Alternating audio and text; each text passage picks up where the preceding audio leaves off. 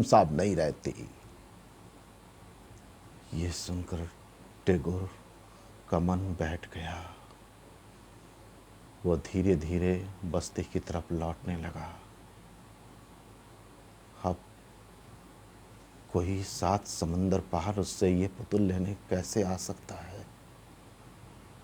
तभी उसके भीतर के टैगोर ने अपना सिर उठाया और बोला, देख, अब तो तेरे पास ये अवसर भी है। अब वो लड़की लंदन से यहाँ ये पुतुल लेने तो नहीं आएगी। वो तो पुतुल के बारे में भूल चुकी होगी। एक तू ही है जो इसे अपने सीने से चिपकाए आज तक चल रहा है। बेच दे। आज शाम उस लड़की को ये पुतुल बेच दे। इससे अच्छा खरीदार ग्राहक तुझे नहीं मिलेगा। नहीं, मैं नहीं बेच सकता इसे। मुझे ऐसा क्यों लगता है कि मैं ये पुतुल उस लड़की को वापस जरूर करूंगा। जरूर करूंगा मैं। इसी द्वंद्व को जीता हुआ टैगोर दिन भर डस्टबिन में अपने हिस्से की जिंदगी चुनता रहा। शाम को वो चाह भी रहा था कि वो जाए और नहीं भी चाह रहा था वो जाना। वो फुटपाथ पर दुकान लगाना चाहता भी था और दुकान नहीं भी लगाना चाहता था। अंततः वो फुटपाथ पर पहुंच गया और अपना दुकान लगा दिया। पर आज वो ग्राहक को पुकार पुकार कर नहीं बुला रहा था। वो चुपचाप फुटपाथ पर एक पटरे पर बैठा शून्य में देख रहा था। तभी वो लड़की आई। वो गोल गोल काली काली आंख वाली लड़की, वो चांद सा चेहरा लिए वो लड़की, और बोली, बताओ कितने रुपए दे दूं। टैगोर अचानक से चौंक गया। उसने देखा उसके सामने एक मुस्कुराता हुआ चेहरा, खूबसूरत चेहरा, ये कह रहा है कि बताओ कितने रुपए दे दूं। उसके भीतर का टैगोर बोला, बेच दे, बेवकूफ़ी मत कर, 1 लाख बोल। 1 लाख? अगर इसने 1 लाख दे दिया तो पुतुल को मैं नहीं बचा पाऊंगा।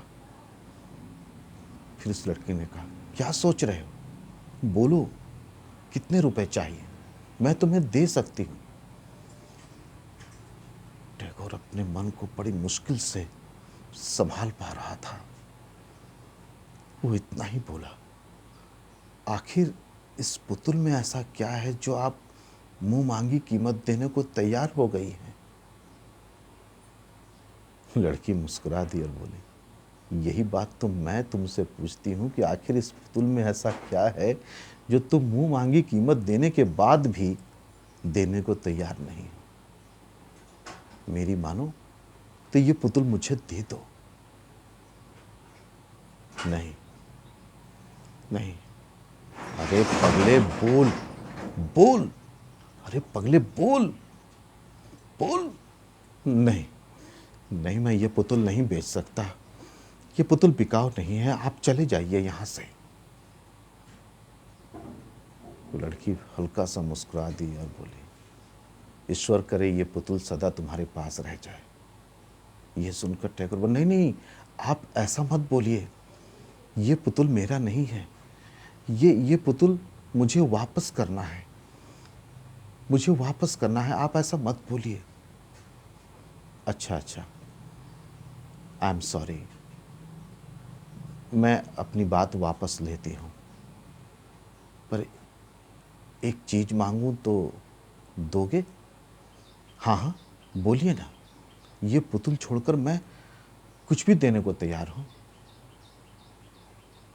थोड़ी देर के लिए पुतुल को मुझे छूने दोगे? टैगोर ये सुनकर थोड़ा सा हिल गया था। आज तक किसी ने इस पुतुल को छूने की बात नहीं की थी, पर ना जाने क्यों टैगोर अपने आप को रोक नहीं पाया। वो अपने सीने से पुतुल को अलग कर उस लड़की के हाथ में दे दिया। लड़की पुतुल को प्यार से छूने लगी।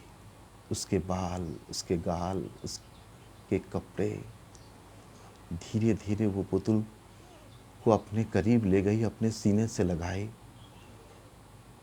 उसके दोनों पैरों को देखा और फिर पुतुल को धीरे से अलग करते हुए वो पुतुल टैगोर को वापस करते हुए बोली, तुमने बहुत अच्छा काम किया है, तुम इसी तरह से काम करते रहना। इतना बोलकर वो लड़की तेजी से पलटी और भीड़ की तरफ चल दी। उसकी आंखें भर आई थी। वो अपने आंसू पोंछते हुए भीड़ में तेजी से चलने लगी। ये सब सुनकर टैगोर कहीं भीतर से हिल गया था। उसका दिल जोर से धड़कने लगा था। वो तेजी से उस लड़की के पीछे भागा, भीड़ में गया, उसे खोजने लगा, पर वो लड़की भीड़ में कहीं खो चुकी थी। टैगोर लगातार उस लड़की को खोज रहा था, पर वो लड़की कहीं नहीं मिली। वो वापस अपनी दुकान पर चला आया। अब भी उसका दिल जोर से धड़क रहा था, गला सूख गया था। तभी उसे लगा उसके हाथ में कुछ चिपक सा गया है। उसने अपनी उंगलियों की तरफ देखा तो उसे एक छोटा सा कागज का टुकड़ा चिपका हुआ मिला, जो गुड़िया के कपड़े से चिपका हुआ था। झट उसने उस कागज को खोल कर देखा तो उस पर लिखा हुआ था, पुतुल वाली छोटी मेम साहब। टैगोर ये सुनकर भीतर से कांप गया था। वो पुतुल को अपने सीने से लगा लिया। उसकी आंखों से आंसू बहने लगे थे। वो पहचान नहीं पाया, परंतु कुछ पल के लिए वो पुतुल उस लड़की तक पहुंचा दिया था। वो इसे वापस करके चली गई थी। टैगोर उसी तरह से खड़ा रहा, उसके आंखों से आंसू बहते रहे। आज कुछ टूटकर फिर एक बार जुड़ गया था सदा के लिए। टैगोर अपनी दुकान को समेटकर अपने घर के तरफ चल पड़ा था। आज उसने कुछ पा लिया था सदा के लिए। बहुत बहुत धन्यवाद, बहुत बहुत आभार।